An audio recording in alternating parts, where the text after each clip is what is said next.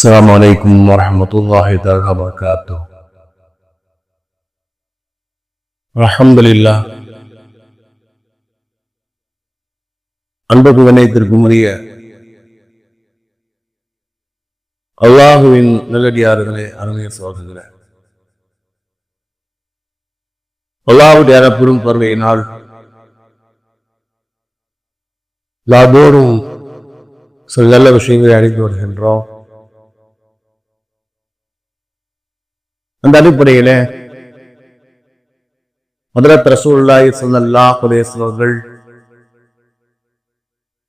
அல்லாஹ்விடத்திலே பாதுகாவல் தேடிய இந்த உம்மத்தை பாதுகாவல் தேடும்படி வலியுறுத்திய சில விஷயங்களை தொடராக அறிந்து வருகின்றோம். அந்த அடிப்படையில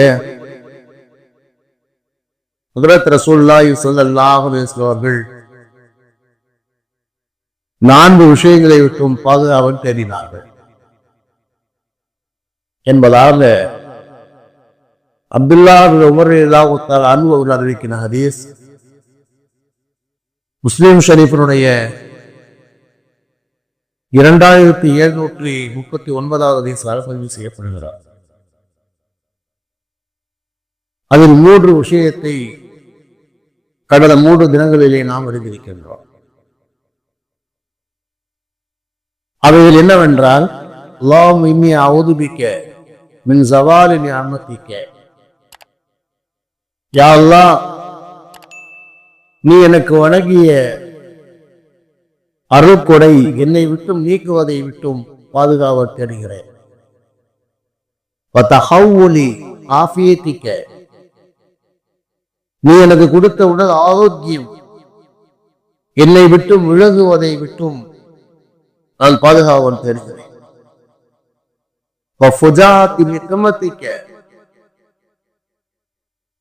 முன்புறத்திலிருந்து ஏற்படுகின்ற திடீர் தண்டனைகளை விட்டும் நான் பாதுகாவல் தேடுகின்றேன். இந்த 3 விஷயமும் நாம் அறிந்திருக்கின்றோம். 4வதாக பெருமானார் கேட்பார்கள், உன்னுடைய அனைத்து விதமான கோபங்களை விட்டும் நான் பாதுகாவல் தேடுகிறேன். கோபம் என்றால் என்ன? சஸ்தி என்றால் என்ன? கோபத்துக்கு கலபி என்பதாக சொல்வார்கள். ஆனால் இங்கே பெருமானார் சஸ்தி என்ற வார்த்தையை கொள்கிறார். சஸ்தினா என்ன? அறிஞர் பெருமக்கள் அதுக்கு சொல்லக்கூடிய விளக்கம் என்னவென்றால்,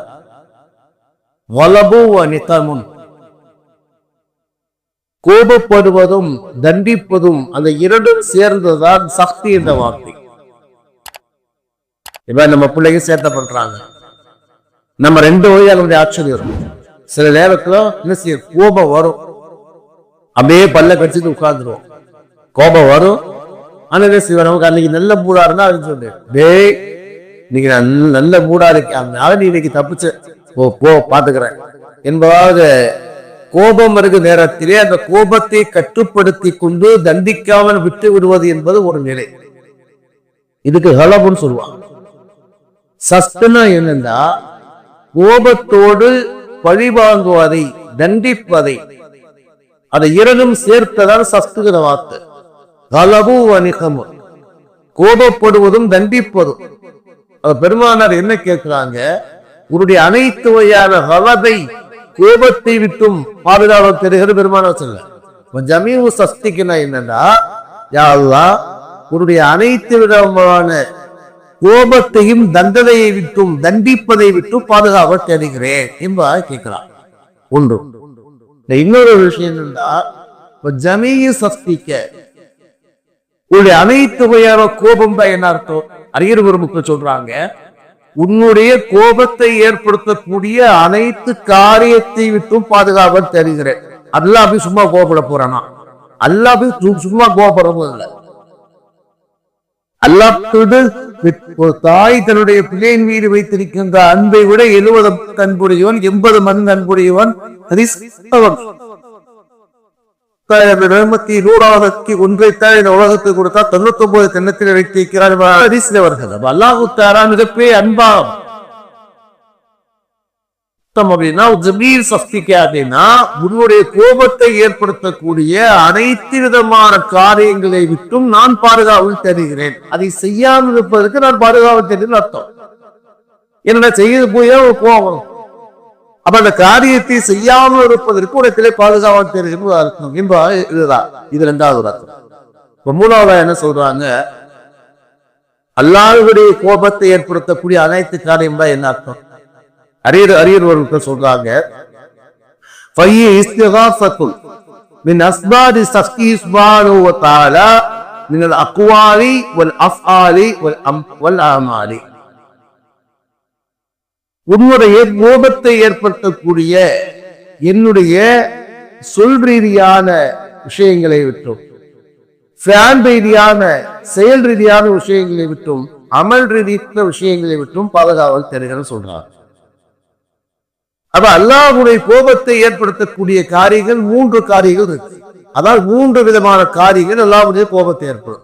ஒன்று, சில நேரங்களிலே நாம் பேசுகின்ற பேச்சு அல்லாஹ்வுடைய கோபத்தை ஏற்படுத்தக்கூடிய பேச்சுக்களை பேசிவிடலாம். இரண்டாவது அமல், மூன்றாவது ஃபஅல். அமல்னாவும் ஃபஅல்னாவும் செயல் தான். இது இரண்டுக்கும் என்ன வித்தியாசம்னு சொன்னா அறிஞர் பெருமக்கள் எழுதுறாங்க, ஃபஅல்ங்கிற வார்த்தை ஒரு பொதுவான ஒரு வார்த்தை. ஃபஅல்னா ஒரு பொதுவான வார்த்தை. என்ன பொதுவான வார்த்தை? செய்தாலும் சரி, கீ உடை அறிவுற்று செய்தாலும் சரி, அறிவற்றவர்னா ஒரு சின்ன பிள்ளை செய்யக்கூடிய காரியம். அப்ப அறிவுடையவர் செய்தாலும் சரி, அறிவற்றவர் செய்தாலும் சரி, கஸ்தின் பிலா கஸ்தி, ஒரு அந்த காரியத்தை இவர் விரும்பி நாடே செய்தாலும் சரி, நாடாமல் யதார்த்தமாக செய்தாலும் சரி, அவர் செய்யக்கூடிய எல்லா செயல்களையும் பிராணிதர வார்த்தை குறிக்கும். சரியா?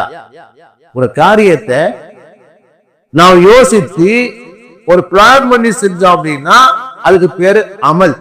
ஒரு காரியத்தை நம்ம யோசிச்சு இதை செய்யறோம், இதை நம்ம செய்யணும் அப்படின்னு பிளான் பண்ணி நம்ம நாடி செஞ்சா, ஒரு அறிவுடையவர் செய்தா அதுக்கு பேரு அமல்.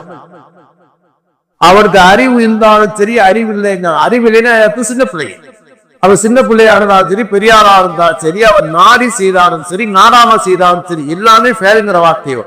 அந்த அறிஞர் பருவத்தில் என்ன சொல்றாங்க, ஒரு சுருக்கமா சொல்றேன் அப்படின்னா, உன்னுடைய கோபத்தை ஏற்படுத்தக்கூடிய அனைத்து வகையான சொற்களை விட்டும் பாதுகாவல் தருகிறேன். ஒரு அர்த்தமா? ஒண்ணு. இரண்டாவதா, உன்னுடைய கோபத்தை ஏற்படுத்தக்கூடிய காரியத்தை நான் விரும்பி செய்வதை விட்டு பாதுகாவல் தேடுகின்றேன், விரும்பாமல் செய்வதை விட்டு பாதுகாவல் தருகிறேன். நான் யதார்த்தமா கூட சில காரியத்தை செய்து உடைய கோபத்தை ஏற்படுத்தி விடும் இல்லையா, அப்படிப்பட்ட காரியத்தை விட்டு பாதுகாவல் தருகிறேன். அதான் பின்னால சொல்லுவேன்.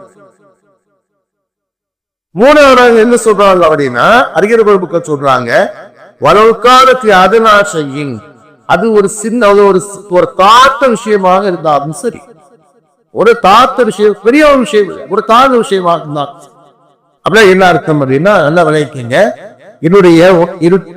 என்னிடமிருந்து ஏற்படுகின்ற செயல்கள், அது எந்த சொல்லாக இருந்தாலும் சரி, அது செயலாக இருந்தாலும் சரி, அதை நான் நாடி செய்தாலும் சரி, நாடாமல் செய்தாலும் சரி, அது சிறியதாக இருந்தாலும் சரி, பெரியதாக இருந்தாலும் சரி, யாரெல்லாம் எந்த விஷயங்கள் எல்லாம் உடைய கோபத்தை ஏற்படுத்துமோ எல்லா விஷயத்திட்டு பாதுகாவல் தருகிறேன். புரிஞ்சா?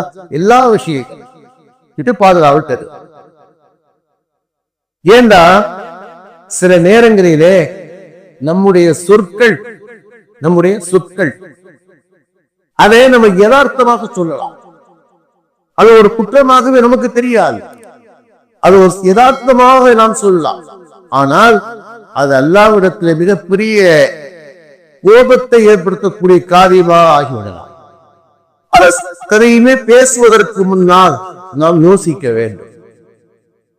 யாரை பற்றி பேசுகின்றோம், என்ன பேசுகின்றோம், இதனுடைய தாக்கம் என்ன, இதையெல்லாம் நாம் யோசிக்க வேண்டும். வாயில வர்றதையெல்லாம் பேசிவிட்டு போயிடக்கூடாது. என்று சொன்னால் சில நேரங்களிலே ஒருத்தருடைய குறையை சுட்டி காட்டுவதாக இருந்தாலும் சரி, அதற்கென மார்க்க ஒரு வழிமுறையை கூறுகின்றது. முதல்ல குறையே இருக்கு, அந்த குறையை நாம் சுட்டி காட்ட வேண்டும். அதுக்கு ஒரு முறையை மாற்ற சொல்லித்தருகிறார். எண்ணம் வர அதை உரியவரிடத்திலே தனிமையாக தன்மையாக சொல்லி அவரை திருத்த வேண்டும். கடமை இருக்கு. நமக்கு முடியும்டா, முடியலேண்டா எல்லாருக்கும் வாசம். அது ஒரு விஷயம். நமக்கு திருத்த முடியும் என்று சொன்னால் அவரை தனிமையிலே அரைத்து அந்த குறையை சுட்டி காட்டி அவரை திருத்த முற்பட வேண்டும். ஒன்று. அது முடியாவிட்டால் யாரிடத்திலே சொன்னால் அவர் திருந்துவாரோ, அவர் கேட்டுக்கொள்வாரோ, ஏற்றுக்கொள்வாரோ, அது மாதிரி அவருக்கு நெருக்கமான நண்பர்களிடத்திலே அதை சொல்லி அவரை திருத்த வேண்டும் என்ற எண்ணம் தான் இருக்க வேண்டும், தவிர அவரை இழிவுபடுத்த வேண்டும் என்ற எண்ணம் இருக்கக்கூடாது. வாழ்க்கையிலே ஒரு விஷயத்தை வழங்கிக் கொள்ளுங்கள். நாம் எப்படி நடத்தில எப்படி நடந்து கொள்கின்றோமோ அப்படித்தான் நடத்தப்படுவோம். கபா துதீனு துதா. திருத்தவங்களை திருத்தனுங்கிற எண்ணத்திலே செயல்பட்டா உங்களுடைய குறைகளை திருத்தக்கூடிய மக்கள் எல்லாரும் ஏற்படுத்துவார். நீ அடுத்தவங்களை கேவலப்படுத்தணும்னு நினைச்சீங்கன்னா அல்லாஹ் தஆலா கேவலப்படுத்தாம இந்த உலகத்தில் யாரை கூட்டு போற. குறைகளை சுட்டி காட்டுதல் என்பது சுட்டிக்க முடியும் என்றால் பெருமாள் சொல்வார், முடிதா கரத்தால தருங்க, முடியலன்னா நாவால தருங்க, முடியலன்னா மனசால என்ன செய்வருத்துருங்கன்னு சொல்லுவான். அப்ப ஒருத்தரை திருத்த முடியும்னு கேட்டா நம்ம என்ன செய்யறோம்? ஒண்ணு அவரை தனிமையாக சொல்லணும். அப்படி இல்லைன்னா யார்கிட்ட சொன்னா அவங்க கேட்பாங்களோ அவரிடத்திலே சொல்ல வேண்டும் என்பதை நோக்கம் அவரை திருத்தணுங்கிற எண்ணத்துலதான். அவரை சொல்லுங்க, சிலர் சொல்ல சரடமா இதுதான் நோக்கம். அடுத்தவனை இழிவுபடுத்துவது நோக்கமாக இருக்கக்கூடாது. ஏனென்று சொல்ல எதுக்கு சொல்றேன் அப்படின்னா, சில நேரங்களிலே நாம் யதார்த்தமாக சொல்லக்கூடிய வார்த்தை நல்லா கவனிங்க, அது எவ்வளவு பெரிய பாதிப்பை கொடுக்கும் தெரியுமா? அன்னை ஆயிஷா நாயகி ஒரு வரலாறு அறிவிக்கிறார். ஸல்லல்லாஹு அலைஹி வஸல்லம் நான் சொன்னேன், அவங்க சொல்றாங்க, குல்து யா ரசூலல்லாஹ், அல்லாஹ்வுடைய தூதரே, இன்ன சஃபியா இம்ராஅத்தன் ஃபகாதத் பியதிஹா ஐ அன்னஹா கஸீரா. சொன்னாங்க, அல்லாஹ்வுடைய தூதரே, சஃபியா தெரியும்ல, ரசூலுல்லாஹ்வுடைய மனைவி சொல்றாங்க, சஃபியா இருக்காங்கல்ல அவங்க இப்படின்னாங்க. சஃபியா எப்படிப்பட்டவங்க தெரியுமா அப்படின்னு சொன்னாங்க. கையை காமிச்சு எப்படின்னா அவ ஒரு குட்டச்சீரா, கசீரா, ஒரு குட்டச்சீரா. பெருமாள் முகம் மாறி போனது. ரசூலுல்லாஹ் சொன்னாங்களாம், லக்கது மஸஜ்தீஹா பிகலிமத்தில் லவ் மஸஜ்தி பிஹல் பஹர் லமஸஜத்து. ஆயிஷாவே, நீ எவ்வளவு பெரிய வார்த்தையை சொல்லிவிட்டாய் என்றால், உன்னுடைய வார்த்தையை கடலிலே கலந்தாலும் கடல் கெட்டு போகும் சொன்னான். வருது என்ன, கடல்ல கலந்தாலும் என்ன செய்ய, கடல் கெட்டு போயிருந்தான். அப்ப என்னன்னா அவனுக்கு புரைதல் இருக்க. இன்னொரு அதிசயத்துல கூட ஆயிஷா கேட்பாங்க, அவனுக்கு இருக்கிறதானே சொல்வேன் என்பதாக பெருமாள் சொல்வார்கள், ஒரு இடத்தில் இருக்கின்ற குறையை அவர் இல்லாத போல் பேசுவதான் புறா. அவரிடத்தில் இல்லாத விஷயத்தை இல்லாத பேசுவது இஃப்கு, பழி சுமத்துதல், அபத்து அப்படின்னு சொல்லுவாங்க, பழி சுமத்துன்னு சொல்லுவாங்க. ஒரு வார்த்தையை நாம் பேசுகிறோம் என்றால் அந்த பேச்சு என்ன செய்ய வேண்டும்? அடுத்தவுடைய குறையை அவரை இழிவுபடுத்த வேண்டும் என்ற எண்ணத்தில் அவர் இல்லாமல் பேசுவது சகஜமாக போனது. கேட்டு ஒரு பயம் கேட்டேன், போட்டேன் குரூப்ல கூட போட்டேன். தமிழ்நாடு ஜமாத்துடைய தலைவர் சாலியாஸ் பேசுறான். அபூதர் இருக்காங்கல்ல, அவங்க அபூதர் கிஃபாரி தான் நினைக்கிறேன். அபூதர் கிஃபாரி நிறைய செய்வாங்க, ஜியாரத் செய்வாங்க. அவங்க கேட்கிறாங்க, ஏன் நீங்க அதிகமா எப்ப பார்த்தா கபர் ஜியாரத்தை செய்றீங்க? அதுக்கு அவங்க சொல்லுவாங்கன்னா, இந்த மக்கள் எனக்கு மரணத்தை நினைவூட்டுகிறார்கள், இரண்டாவது நான் வெளியே வந்து விட்டால் என்னை பற்றி புறம் பேச மாட்டார். இப்ப நம்ம உட்கார்ந்து அடுத்தவங்களை பத்தி பேசுறோம், ஆனா நம்ம வந்துட்டு இருந்தா நம்ம தான் கதைப்புகள் நமக்கே விளங்குறது. அதை ஏது சொல்றேன்னா, அதாவது ஒரு சொல் ரீதியான விஷயம் என்றால் ஒருவருடைய குறையை அவர் இல்லாத போது அவரை இழிவுபடுத்த வேண்டும் என்ற எண்ணத்திலோ அல்லது யதார்த்தமாகவோ நான் பேசிவிடக் கூடாது. ஒன்று. அதே நேரத்திலே சில நேரத்திலே மக்களிடத்தில் என்ன செய்யும் அப்படின்னா, ஒரு ஆதாரமற்ற விஷயங்களை பேசுவது என்பது சகஜமாகி போச்சு. அதை பத்தி நமக்கு எதுவுமே தெரியாது, ஆனா வாயில இருந்து அரைச்சு விடும். இவங்கெல்லாம் எதையாவது கற்பனை பண்ணிட்டு எதையாவது பேசி கொண்டிருப்போம். இதுவும் அல்லாஹ்வுடைய கோபத்தை பெற்றுத்தரும். அல்லாஹ் தஆலா 24வது சூரத்து நூருடைய 15வது வசனத்திலே கூறுகிறார், இது தலக்கோபூபி அரிசிலத்திக்கும் உங்களுடைய நாவுகளை கொண்டு ஒருவருக்கொருவர் பேசிக் கொள்கிறீர்கள், ஒருவர் மீது ஒருவராக பேசிக் கொள்கிறீர்கள்.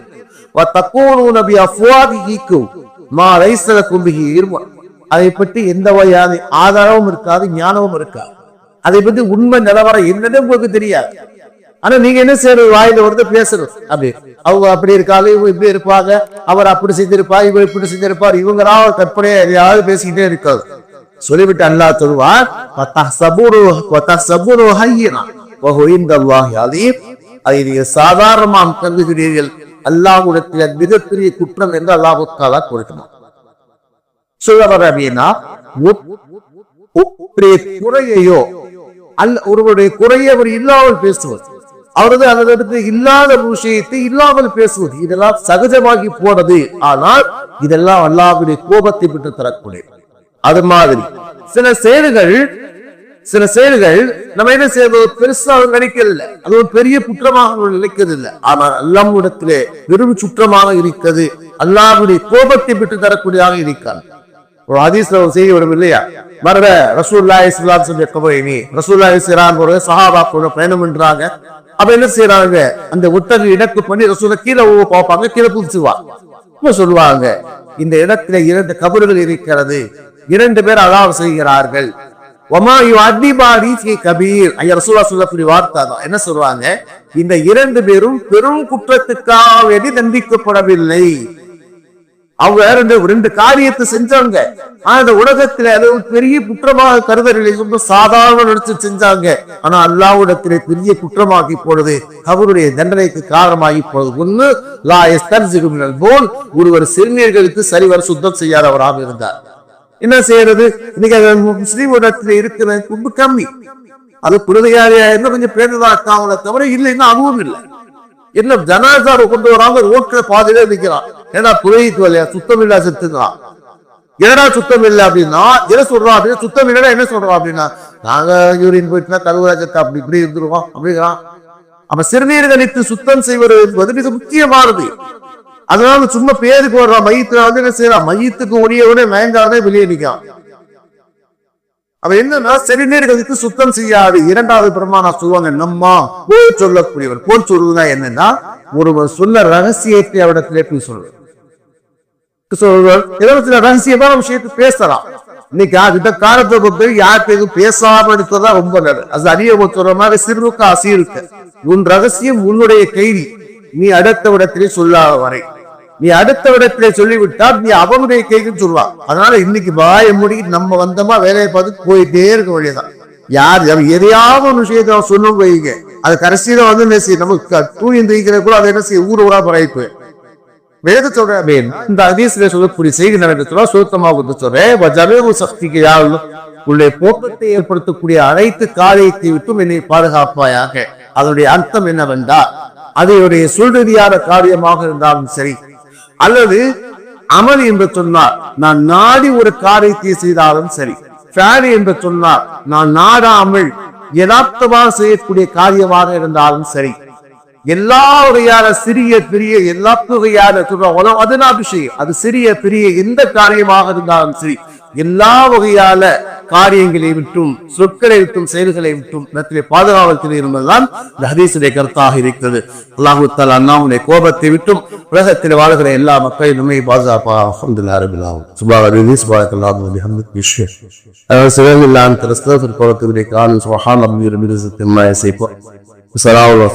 ரப்பில் ஆலமீன்.